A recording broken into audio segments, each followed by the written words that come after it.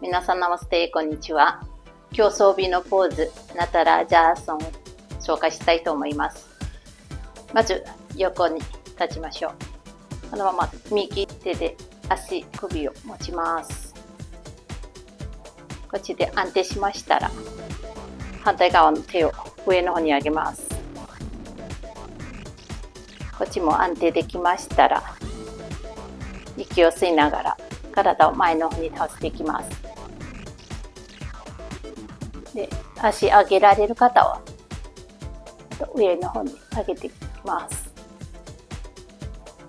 目線は遠く、このまま息をしながら手術していきます。1、2、3、4、5、6、7、8、9、10。ゆっくり手足を下ろします。で、同じように反対側もやっていきます。手で足首を持ちます。このまま安定できましたら、反対の手を上に上げます。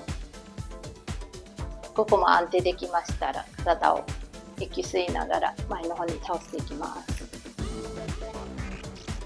目線が遠く。できたら足を上の方に上げていきます。このまま手術していきます。1、2、3、4、5、6、7、8、9、10。ゆっくり手足を下ろします。いかがでしたでしょうか？バランスポーズなので集中するとよりやりやすくなります。よかったらチャンネル登録の方もよろしくお願いします。他の動画もありますので、よかったら見ててください。どうもありがとうございました。